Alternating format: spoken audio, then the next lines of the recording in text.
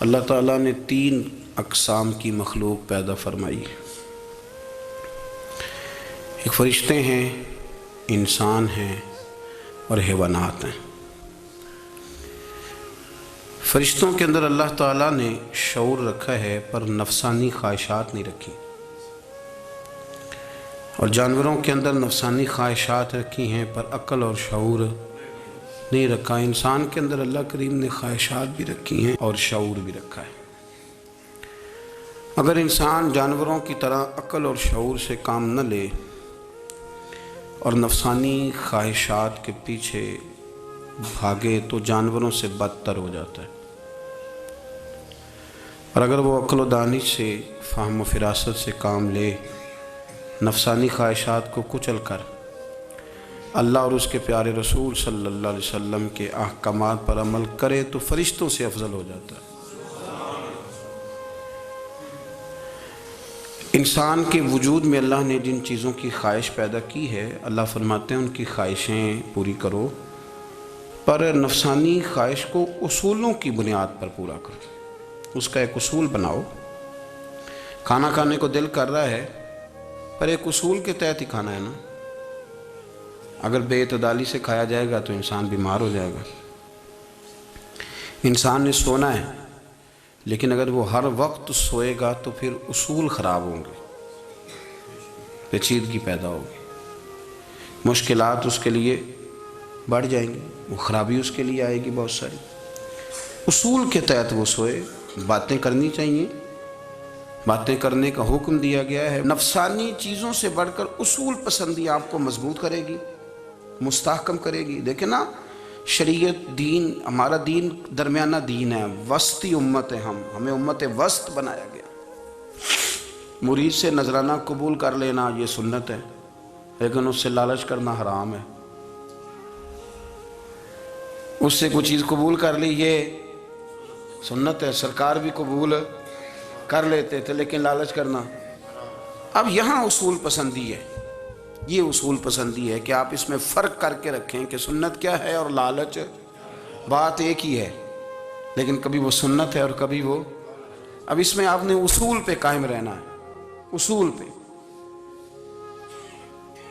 میرے رسول کریم صلی اللہ علیہ وسلم پر اللہ کریم نے قرآن مجید نازل فرمایا تو سورہ صاد کے اندر ارشاد فرمایا وَلَا تَتَّبِعِ الْهَوَىٰ، خواہشوں کے پیچھے نہ چلنا. ذرا قرآن مجید کی ترتیب دیکھیے.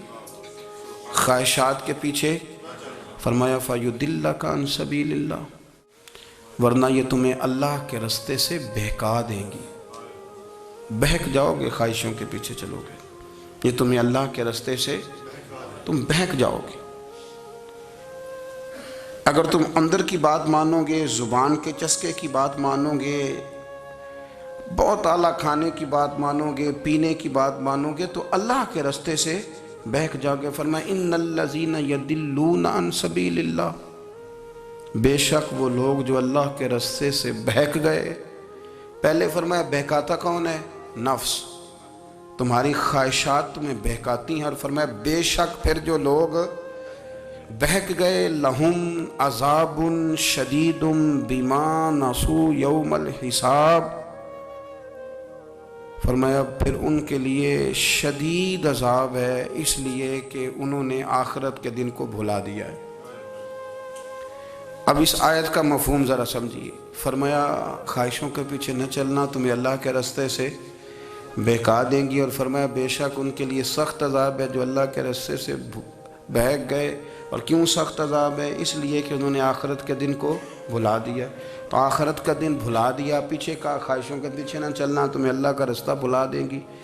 مفہوم آیت یہ ہوا، قرآن نے ہمیں ارشاد یہ فرمایا کہ خواہشات نفس کے پیچھے چلو گے آخرت کو بھول جاؤ گے. تمہارے ذہن میں یہ بات نہیں رہے گی کہ میں نے مرنا بھی ہے.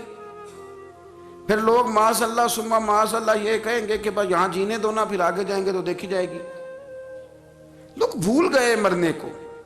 ہماری ساری جدوجہد زندہ رہنے کے لیے ہے، ساری 60-70 سال کے لیے سارا کچھ ہے.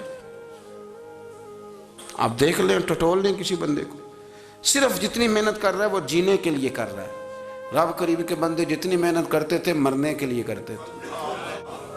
مرنے کے لیے کوشش کرتے تھے کہ مر جانا، اس کے لیے جدوجہد. ہم جتنی جدوجہد کر رہے ہیں ساری جینے کے لیے، جینے کے لیے. میرے رسول کریم صلی اللہ تعالیٰ علیہ وسلم کا ایک فرمان ہے مسند امام احمد بن حنبل میں، اور بڑا نرالا، بڑا انوکھا اور بڑا معنی خیز ہے. حضور سید عالم صلی اللہ تعالیٰ علیہ وسلم نے فرمایا بڑا بیوقوف ہے وہ شخص. ذرا ترتیب دیکھیے، حضور کی زبان سے نکلے ہوئے حکمت کے موتی، مسند امام احمد بن حنبل. فرمایا وہ بڑا بیوقوف بندہ ہے جو چلتا اپنی خواہشات نفس کے پیچھے ہے اور امید یہ رکھتا ہے کہ رب مجھے آخرت میں انعام عطا کرے گا. چلتا کس کے پیچھے؟ خواہش کے پیچھے. اور کہتا یہ ہے کہ اللہ مجھے قیامت میں انعام دے گا. تو انعام تو اسے دیا جاتا ہے نا جو محنت کرتا ہے. دیکھیں نا، جس کا منہ پنڈی کی طرف ہے تو پنڈی وہ پہنچے گا کہ وہ جس کا منہ پنڈی کی طرف ہے وہ لاہور پہنچ جائے گا. منہ پنڈی کی طرف کرنا اور خواہش لاہور کی رکھنا، منہ کر لینا لاہور کی طرف اور خواہش پنڈی کے رکھنا، تو میاں یہ تو نہیں نہ ہوگا. پیچھے جو تلے خواہشات نفسانیہ کے ہمارے ہاں نا بہت بڑا رٹا ہے. آپ یقین کریں، میں اکثر کہتا ہوں، میں یہ کہا کرتا ہوں کہ ہمیں نا اپنی مرضی کا سارا کچھ چاہیے، اپنی مرضی کا سارا کچھ. ابا جی بھی اپنی مرضی کے، بچے بھی، استاد بھی، پیر صاحب بھی.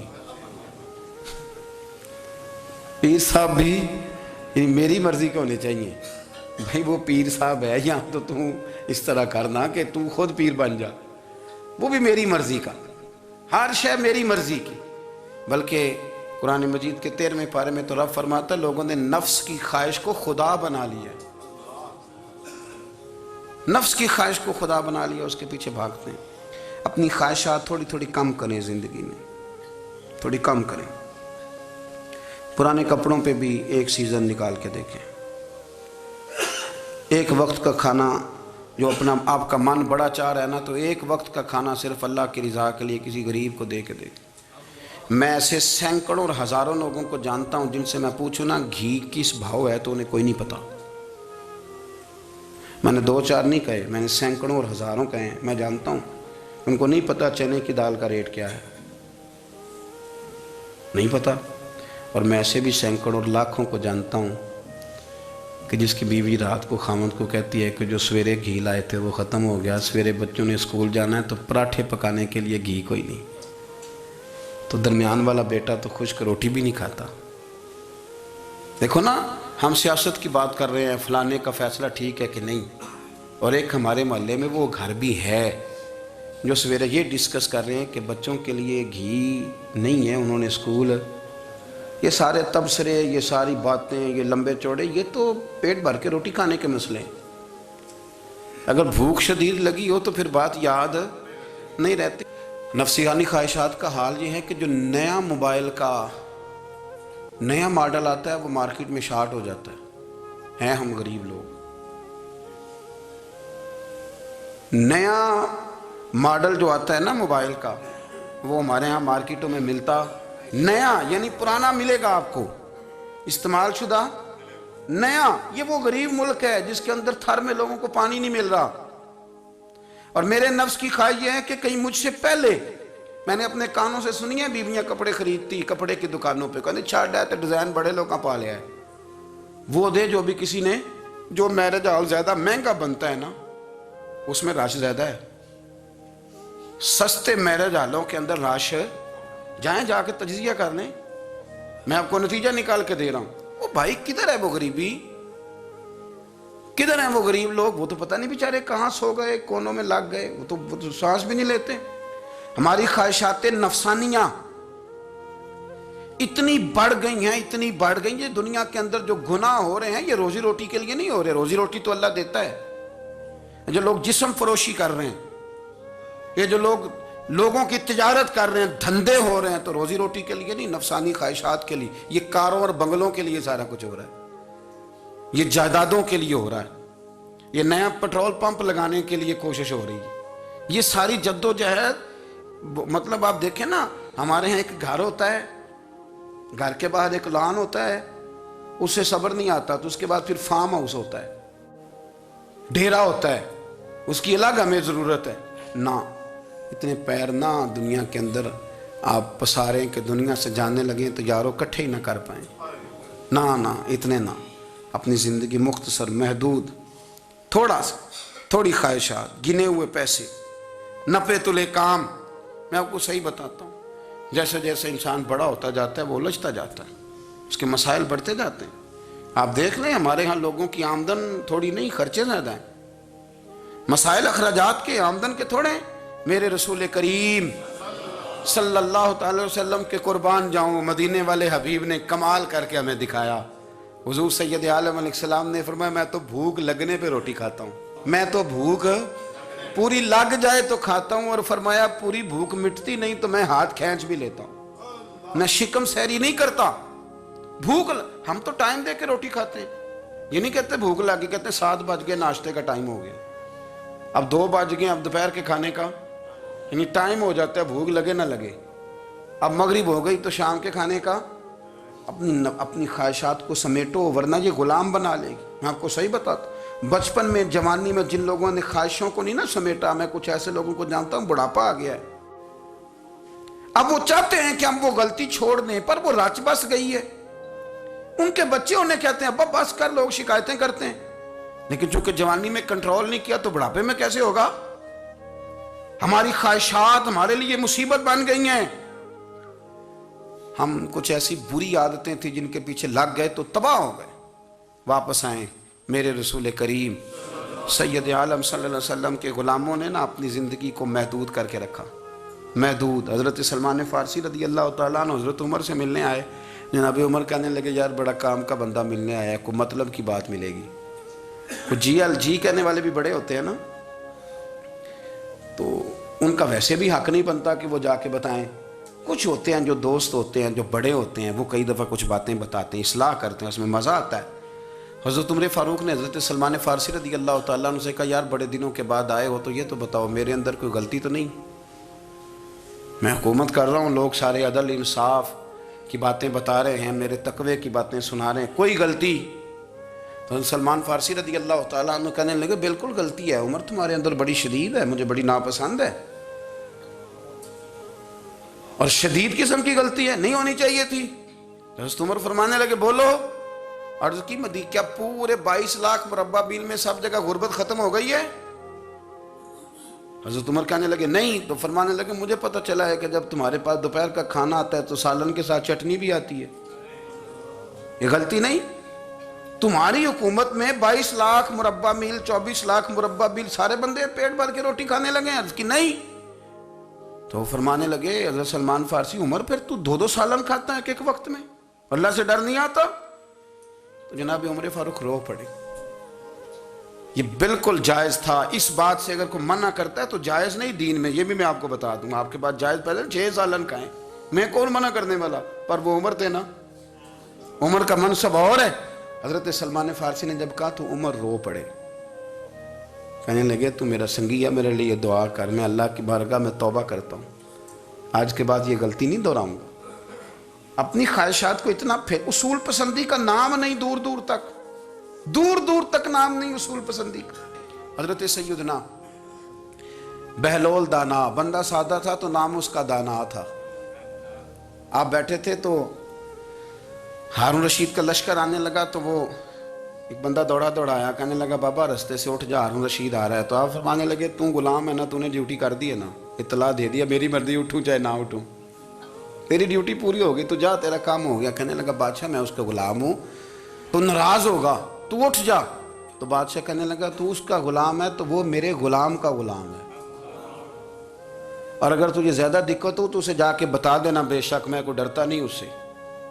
ہارون رشید کو جا کے بتایا کہ وہ سادہ سا بابا ہے، تو وہ کہتا ہے کہ ہارون رشید میرے غلام کا غلام ہے، تو ہارون رشید بھی ناراض ہوا، کہنے لگا پتہ کر لیتے۔ جا کے پوچھا یہ تم نے کیا کہا، غلام کے غلام؟ تو آپ فرمانے لگے بادشاہ سچ بتا تو اپنے نفس کا غلام نہیں، تو نفسانی خواہشات کا بتا تو غلام نہیں، تو دوسرے بادشاہ کا جس طرح کا تخت اور تاج دیکھتا ہے اس طرح کا بنوا کے رکھ نہیں لیتا، تو غلام ہے کہ نہیں نفس کا؟ بادشاہ چپ کر گیا، فرمانے لگے تو نفس کا غلام ہے اور نفس میرا غلام ہے اور میری مرضی پہ چلتا ہے، تو اب بول تو غلام کا غلام ہے کہ نہیں؟ تو ہارون رشید کہنے لگے حضرت بہلول دنا سے میں نے کئی دفعہ ارادہ کیا کہ آپ سے نہ ملوں، پر آ ہی جاتا ہوں، پر فتح ہر دفعہ آپ کی ہو جاتی ہے، کامیابیاں آپ کو ہی ملتی۔ دوست تھوڑا نہ کہیں رکیں، کوئی ایک آدھ خواہش، کوئی ایک آدھ پروگرام، ہماری خواہشات بڑی لمبی چوڑی، بڑی لمبی چوڑی، خواہشات کے ساتھ ہی ہم دوستی کرتے ہیں، خواہشات کے ساتھ ہی ہم رشتہ داری کرتے ہیں، خواہشات کے ساتھ ہی ہم شادی کرتے ہیں، سارا کچھ خواہشات کے ساتھ۔ سیاسی شادیاں، وہاں شادی کریں گے تو اتنا مال آئے گا، اتنا کچھ جائے گا، خواہشات کے ساتھ رشتہ داری، خواہشات۔ غریب رشتہ دار سے دوستی نہیں، خواہش نہیں پوری کر سکتا، امیر سے۔ ہر شے خواہشات کے لیبل کے اندر بندھی ہوئی۔ آپ دیکھ لیں سارے معاملات کو ہم نے اپنی نفسانی خواہش کے اندر رکھ دیا ہے۔ میری مرضی کے مطابق دنیا چلے تو ساری اچھی ہے، اور میری مرضی نہ سنے تو بندہ ایک بھی اچھا نہیں ہے۔